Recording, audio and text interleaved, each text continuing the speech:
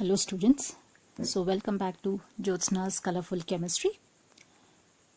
In today's class, we are going to deal with the next type of the reaction of the haloalkanes, that is elimination reaction. Now coming to the elimination reaction, here we are going to study the beta elimination reaction. So as the word says, elimination means you have to eliminate certain things out of the reactant. So in this beta elimination reaction, the example we are taking is dehydrohalogenation. Andrenu? D andre removal of what? Hydrogen and halogen. So removal of hydrogen, halogen. This is an beta elimination reaction in which the halogen from an alpha carbon atom and hydrogen from beta carbon atom is eliminated. This is in accordance with the Zetseve rule or the Sazov's rule. Now first let us take a look what is meant by alpha carbon and beta carbon. Let me take an example. So now let me take a compound, that is, let me say here there are carbon. To the second carbon, let me write a functional group, that is the halogen.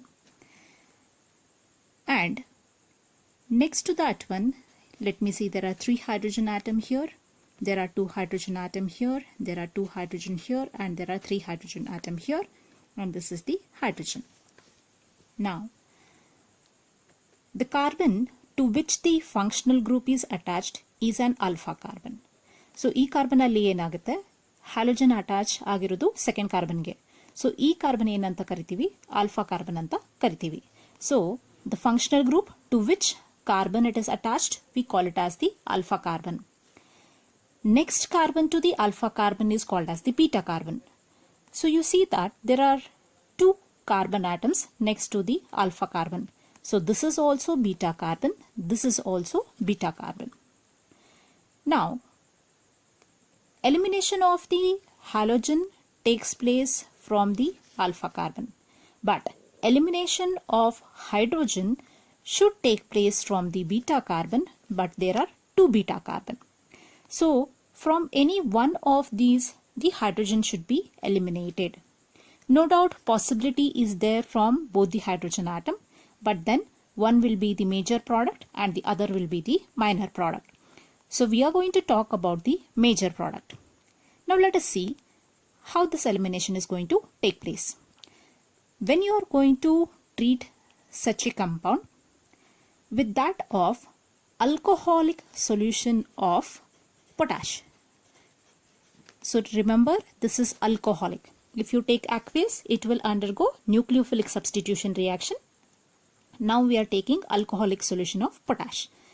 When we are taking alcoholic solution of potash, the OH minus is the nucleophile. Now, in this case, what is going to happen?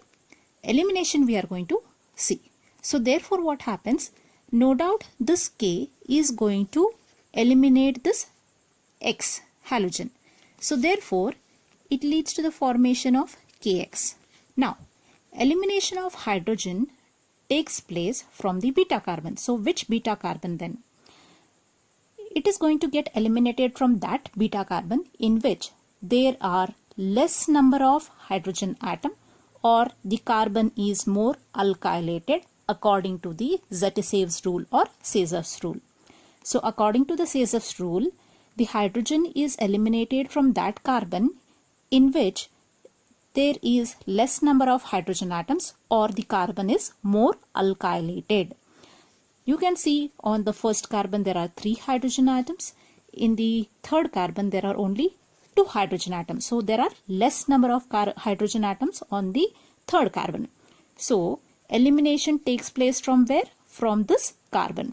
So therefore what happens? This this H combines with this OH and we are going to get what? H2O. Now, what has happened?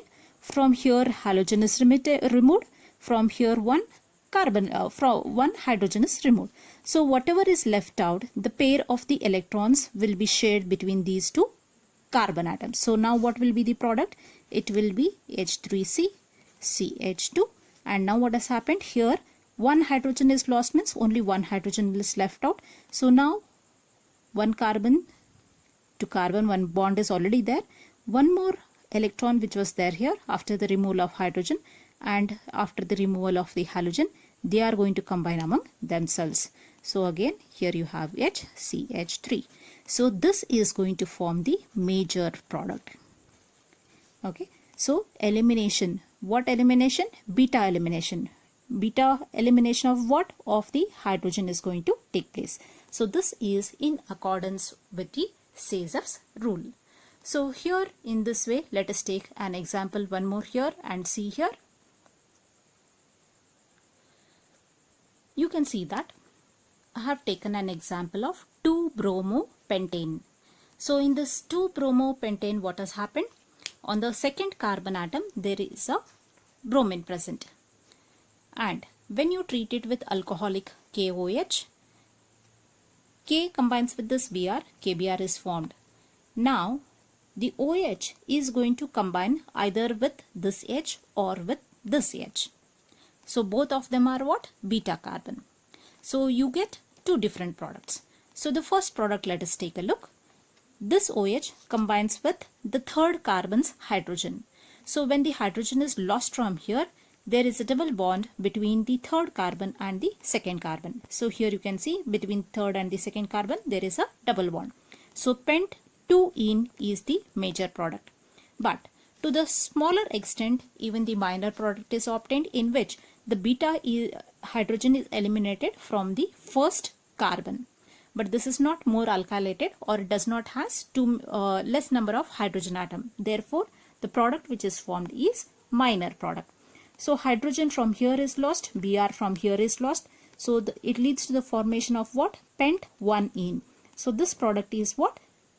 It is a minor product. So according to the Zetisev rule or the Sayzeff rule, the one in which the hydrogen attached to the carbon is less in number, if the hydrogen is lost from there, then what happens? The product obtained, the alkene which is obtained, is to the major extent.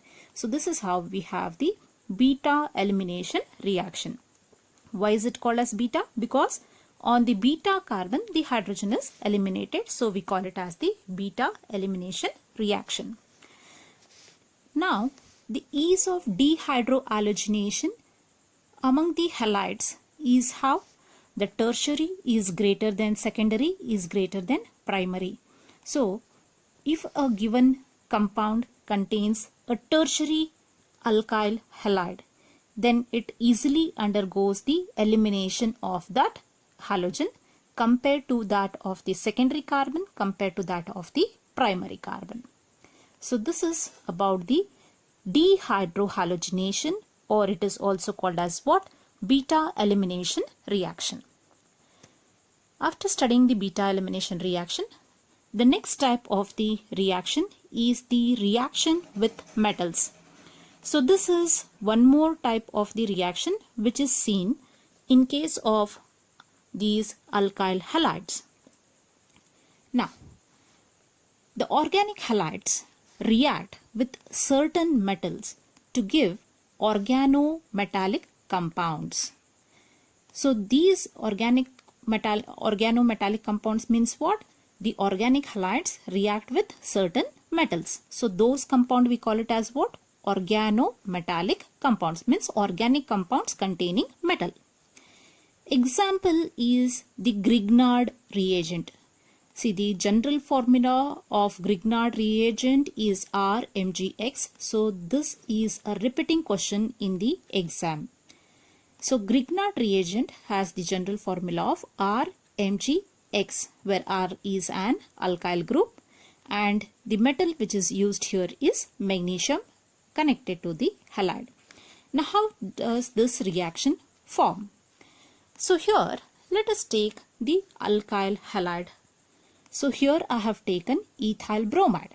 When we are going to treat this with that of the magnesium, necessarily in presence of dry ether, it leads to the formation of ethyl magnesium bromide, also called as the Grignard reagent. So you can take a look here. So ethyl bromide reacts with magnesium in presence of dry ether, forms what? Ethyl magnesium bromide. So the general formula is what? R. Here R stands for ethyl group. This is magnesium and this is bromide here. This is the halogen, this is the bromide. So ethyl magnesium bromide. So this is one of the reaction with the metal. In the same way, we have one more reaction with the metal. This is called as the Wurtz reaction. See, the spelling of Wurtz reaction is W-U-R-T-Z. You can call it the way you like, but you are supposed to write the spelling properly. So in the Wurtz reaction, we are going to take two molecules of alkyl halide. So two molecules of alkyl halide react with two atoms of sodium in dry ether. For the sake of understanding, I have written it as Rx here and Rx here. So these are two molecules of alkyl halide itself.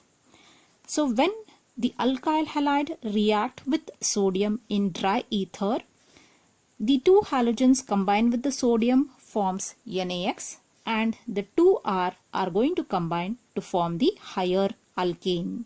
So therefore, this reaction we call it as the Wurtz reaction, wherein we are going to take two molecules of the alkyl halide. So I have taken an example of methyl chloride. So this is nothing but it is methyl chloride. In this methyl chloride, I have taken two molecules. So this is one molecule, this is another molecule. Two molecules of methyl chloride combine with sodium in presence of dry ether. So what has happened?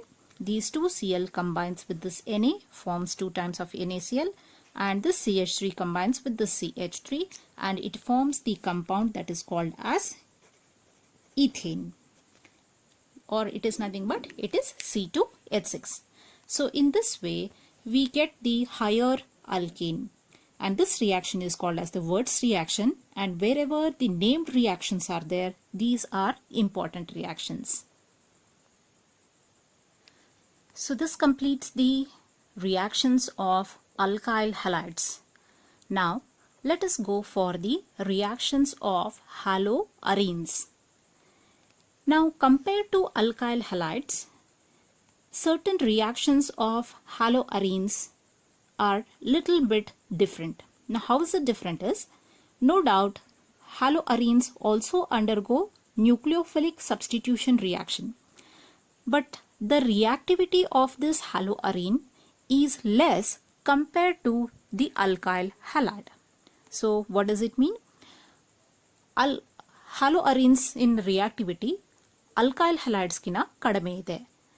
Towards what? Towards nucleophilic substitution reaction. So adಕ್ಕೆ ಏನು reasons idave? Let us take a look. So the reasons for the less reactivity of the haloarenes towards the nucleophilic substitution reactions. I have written it in short ENS, which means nucleophilic substitution. So what are the reasons then? See, aryl halides are less reactive towards nucleophilic substitution reactions due to the following reasons. So the first reason is due to the resonance. The carbon to halogen bond has partial double bond character. Therefore, the bond cleavage is difficult. So now take a look of this resonating structures, which you have already studied in PUC first year. But then let us refresh the memory. You can see that we have taken an example of chlorobenzene. So this is C6H5 and we have the Cl. To the Cl there are 3 pair of electrons, the lone pair of the electrons. Now once you get this benzene which is connected to the Cl, the pair of the electrons are moving over here and this bond pair, the double bond, whatever is that, that pair of the electrons are coming here in the form of the charge. Once these free electrons, lone pair of electrons get involved here in the bonding, they will acquire a positive charge here, and this electrons will get converted into the negative charge here. So you can see that there is a negative charge at the ortho position and there is a positive charge on the chlorine, and these electrons got involved in the resonance and there is formation of a double bond here. Now this structure is not permanent. The electrons are moving over here and these pair of the electrons are coming over here, forming a negative charge at the para position. Same way, this charge goes back and forms a bond. This bond forms a charge at again ortho position, and this is again getting converted into the bond, and the pair of the electrons are neutralizing the positive charge and getting back the lone pair of the electrons. So during this you can see the resonating structures. There is formation of the partial double bond character. So because of this double bond character, now if the substitution has to take place by replacing the Cl by another nucleophile, two bonds has to be broken. That is, the double bond has to be broken. Because of that reason, it is difficult to remove this one compared to the alkyl halide in which it is bonded by means of a single bond. So, because of the resonance, the partial double bond character is obtained and therefore the bond cleavage becomes difficult. Next to that one, we have regarding the stabilization of the molecule by the delocalization of the electrons. Means what is happening? Because these electrons are moving throughout this ring, the molecule is getting stabilized because of the delocalization. Means the electrons are moving over the entire ring. So therefore it is delocalized. It is not localized at a point, it is delocalized. It is moving over the entire ring. Therefore it is getting stabilized. So therefore stabilization of the molecule by the delocalization of the electron takes place. If the molecule is stable, its reactivity is less. So therefore this is the second reason why the haloarenes are less reactive towards the nucleophilic substitution. Now, the same reason, let us take a look. In case of the hybridization, as we told that the carbon to halogen here, the carbon which is involved in the double bond is what type of a carbon? It is sp2 type of the carbon. Whereas in the alkyl halide, the carbon which is attached is what? It is the sp3 hybridized carbon. So in the sp2 hybridized carbon, the S character is more and therefore it is more electronegative and it holds the electrons, it holds the halogen atom with more attractive force. Therefore removal of this halogen becomes difficult and therefore to substitute this by the another nucleophile becomes much more difficult. So therefore due to the presence of the sp2 hybridized character in the haloarenes, it becomes difficult for the nucleophilic substitution compared to that of the carbon which is sp3 hybridized in the alkyl halide. So therefore this is one more reason why the nucleophilic substitution becomes difficult. Next to that one is one more reason. Instability of phenyl cation formed by the self-ionization. Now what is happening when the Cl or the halogen is removed? Then what is going to happen? The phenyl cation is obtained. So the phenyl cation is not stabilized by the resonance. Because of that reason, the instability of the phenyl cation formed by the self-ionization, because of that reason nucleophilic substitution reaction, it becomes difficult. And because there is no formation of phenyl cation, SN1 mechanism is not seen in this case. It is ruled out. Why? Because in SN1 mechanism a planar cation was obtained as we have seen in the previous reaction. But there is no formation of a cation during the reaction with the haloarine because it is unstable. Therefore, SN1 mechanism is not seen in haloarenes, but if it has to take place, it should be SN2. Next to that one, we have one more reason. Because of the repulsion between the nucleophile and electron-rich arene. Already you have seen that there is presence of 3 double bonds in the benzene. Means it is already having too many electrons, the pi electrons in it. So it is already electron-rich. When it is already electron-rich, the approaching nucleophile, this is also having the negative charge, and electron is rich in arene, so this is also carrying a negative charge. Therefore, there is a possible repulsion between the aromatic ring and the nucleophile. And because of this repulsion, nucleophilic substitution takes place, but with difficulty. So, if it has to take place, then what may be the possible reason? Let us take a look. But before that, these are some of the reasons why the nucleophilic substitution takes place less, or it is less reactive towards the nucleophilic substitution compared to that of the haloalkanes. So in this way, we have the less reactivity of haloarenes. Now, what will make the reactivity of haloarenes more? So let us take a look of that. So however, though it is less reactive towards the nucleophilic substitution reaction, still if there is presence of electron withdrawing group. So groups like what? Groups like NO2, SO3H, which are electron withdrawing groups, if they are present at ortho position and at para position, then they undergo nucleophilic substitution reaction easily. Though haloarenes undergo nucleophilic substitution reaction difficultly or less reactive, but if at all there is presence of electron withdrawing group at ortho position and at para position, then it can easily undergo nucleophilic substitution reaction. So this can be proved by the following reactions. So this is all about today's class.